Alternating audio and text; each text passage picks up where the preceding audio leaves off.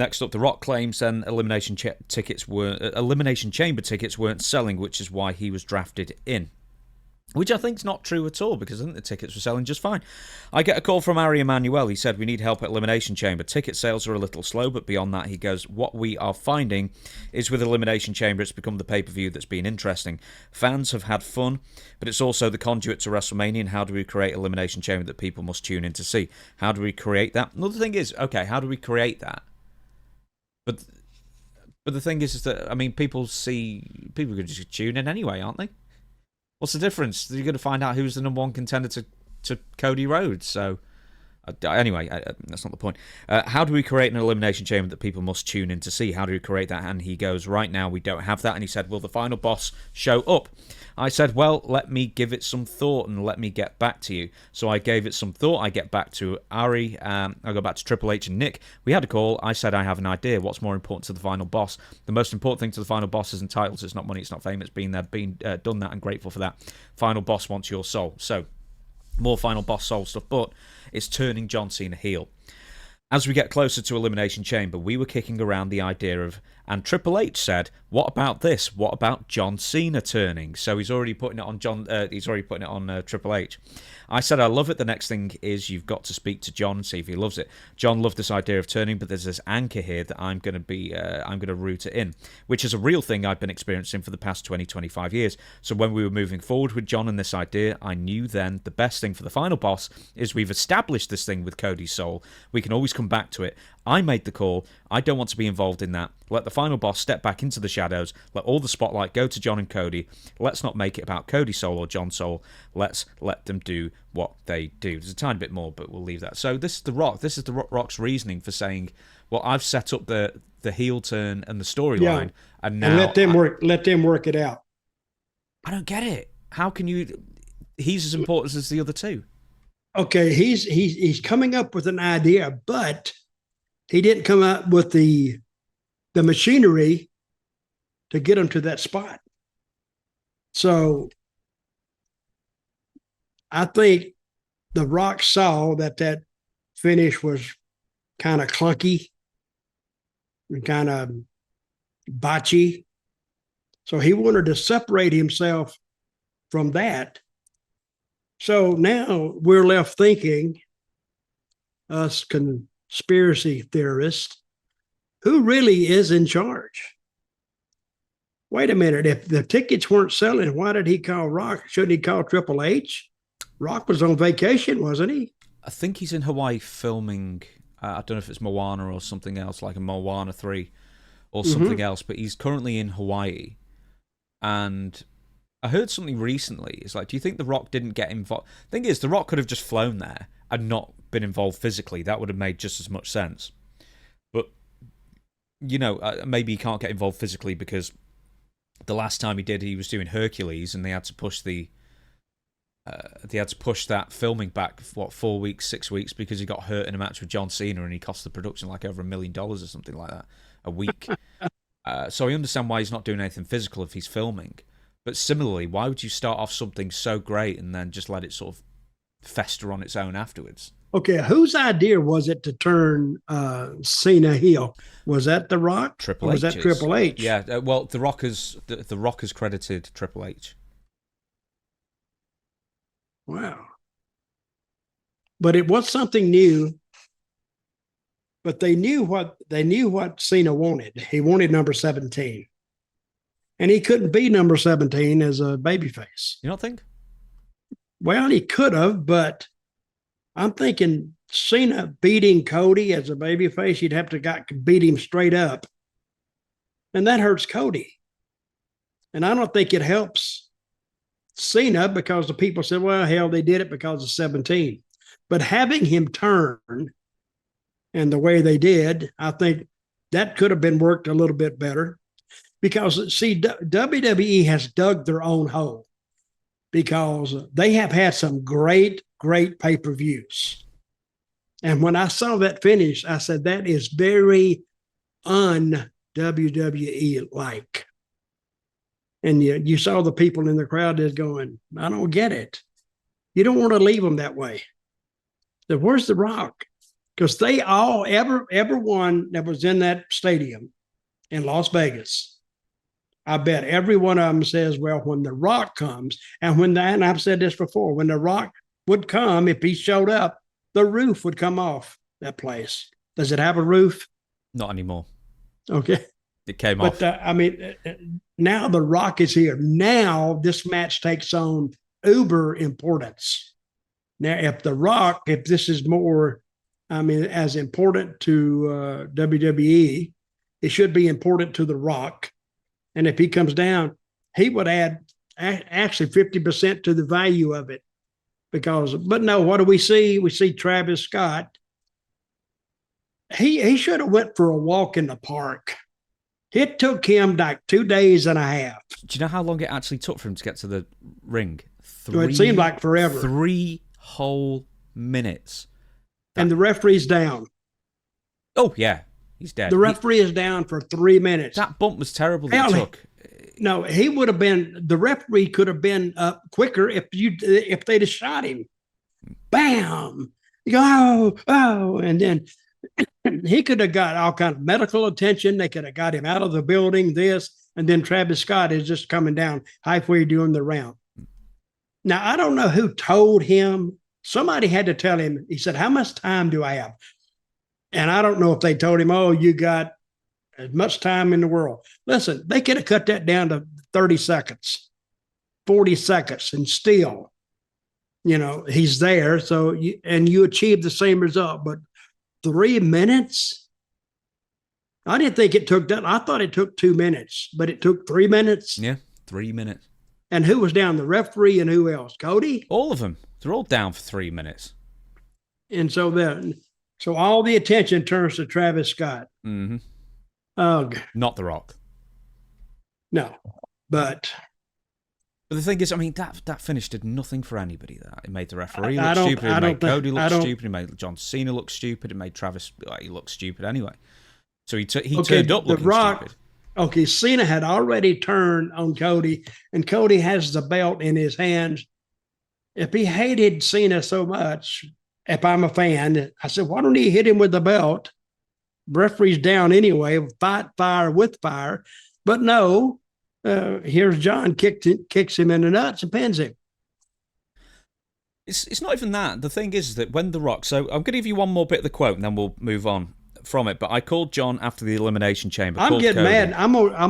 When this is over, I'm going to pick up the phone. I'm going to call Triple H. You should well do. And I'm going to say, don't you ever leave me and James the task of trying to explain that finish at WrestleMania. It's unexplainable. Well, Triple H doesn't deserve a free pass either with some of the stuff that was going on. But the thing, okay, so the quote is, The Rock calls up John Cena after Elimination Chamber and he says, I think the final boss's work is done. We've established it. We just pulled off the greatest angle in wrestling history, which it wasn't. I said, this is amazing. We have 6 weeks. Let's build it. Let's crush it. I'll be right there with you. No, you won't. No, he's in Hawaii doing a movie. Yeah. I'm always here if you need me. Well, they needed you. Anyway, but it's best for the final boss to not be involved in that finish. No, it isn't. I would have finessed things a little... See, also, he slips this in. I would have finessed things a little differently to how we got there, but that's just me creatively. There are a lot of minds in the room, and the bottom line is that I love John getting number 17. So he's already slipping in the fact that he didn't like the creative either. Right. That's the political way of saying that it was... the shits. Well, it was, ultimately. They had 3 weeks after Elimination Chamber, right? They had 3 Raws in a row where John Cena and Cody Rhodes engaged in a debate. A verbal debate after Cody's eardrum got busted. Eventually, a crossroads happened. And then the SmackDown before WrestleMania, there was another debate that eventually ended up with a little bit of physicality, which is fine and everything, but I just like, where's the hatred? Where's the the visceral raw anger that should that drives interest? And for some reason, Triple H went the easiest route and just have them just recite lines at each other for 6 weeks straight. Okay, if you had to sit back right now and say who has final say in WWE over the direction. Ari Emanuel. Ultimately, it's Ari Emanuel. If you are talking about... Yeah, but he doesn't understand wrestling. No, and I'm saying amongst the wrestling people, between The Rock and Triple H, Who really has the final say, do you think? Okay, Nick Khan above The Rock, The Rock, Triple H under both of them. Triple H is hired. The Rock is on the board. Nick Khan, I mean, Triple H is the COO, but I think there's a lot of people above him that can overrule him. And I think of the creative types. And Triple H will be there day in and day out. Yeah, but keep in mind that also he has to... I'm sure this gets dumped on his lap at the last second when The Rock decides, oh, I want to be involved here. And then everything gets upended with very little notice, like it did last year. And then Triple H and the writers have to then make sense of it and then have to clear what they come up with The Rock. I'm going to try to check. I'm going to do the old digging around. I'm going to talk to some people in WWE and see if they have any insight into this.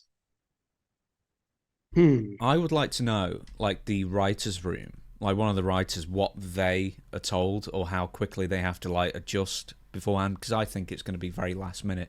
And then everything has to go through an approval process above Triple H's head. But yeah, let me give you some more stuff then. So I think The Rock... last year, they tried to make a documentary, WWE, that no one believed what they came up with, as far as they were saying, oh, well, it was always the plan for Cody Rhodes to win the Royal Rumble, and then for some reason Cody give up WrestleMania, the main event spot, to The Rock to wrestle Roman Reigns. And it was like, no one believed that. And then Triple H also, I don't think I wrote in this one, but maybe I did, he was doing interviews saying he hates the word pivot. And it's like, well, that's what you did last year, Triple H said.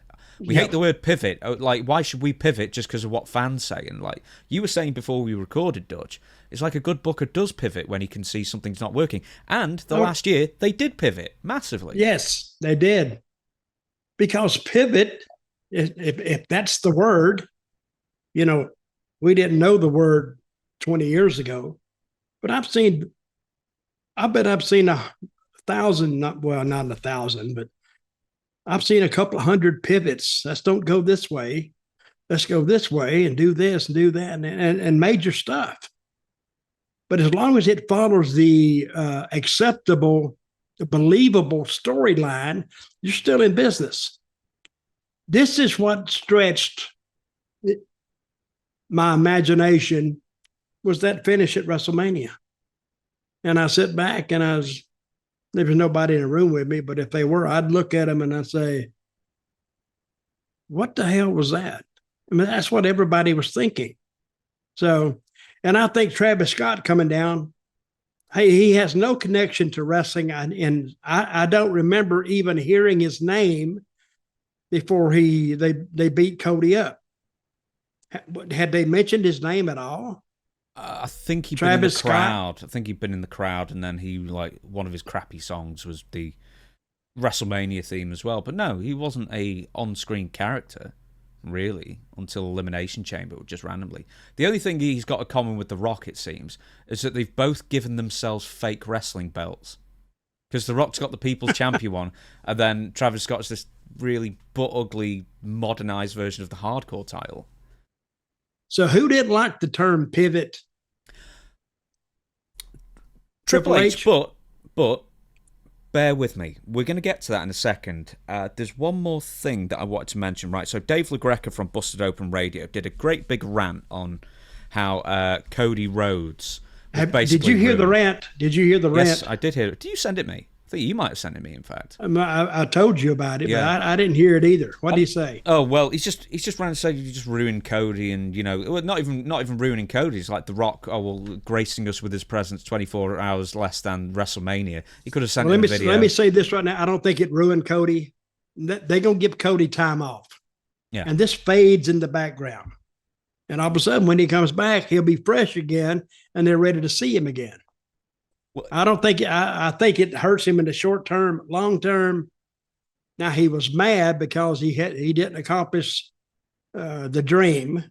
He had a dream and accomplished that. Now he comes back, and now he can use the same thing. Really, my daddy came to me in a dream. Said I dream about him a lot. So, and he says, hey, don't get discouraged because you're going to be tested. So now you got another fight on your hands, son. I should mention it was more a rant on The Rock not turning up, so that was my mistake. I listened to it over a week ago. I can't remember anything. Anyway, The Rock actually responded on social media saying, "Hi Dave, the business is a complete work, always has been, always will be. Every aspect of it, every match, every interview. Please join me, Cody, Cena, and Brian and the rest of us, Brian Gewirtz, for our creative discussion so you can expand your perspective. Until then, stop ranting. It's not healthy, my friend. Enjoy the show." Okay, here's another thing that The Rock has been doing, which is really grating on people, is so he's condescendingly telling people like, and everyone thinks the same, basically, like Dave LaGreca or people like us or Stevie or whoever else it might be. Everybody can see this for what it is, pretty much. But then The Rock has got this condescending attitude where if a storyline or something he does doesn't or falls flat, it's your fault. It's not the booker's fault. It's not the person who created this nonsense. The fans' fault. Yeah, it's everybody else's fault. So once again, hey, why don't you come join me and Cody and Cena and Brian and the rest of us for our creative discussions so you can expand your perspective. It's like piss off. You pal. see, nothing about this business surprises me anymore. And when I read that, I said, well, I mean, that's just, now there's no doubt about it. Now the doubt is who's in charge or what's going on or who has the power.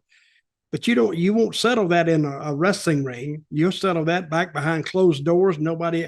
Hopefully nobody will ever know about it. But they do know about it because of the leaks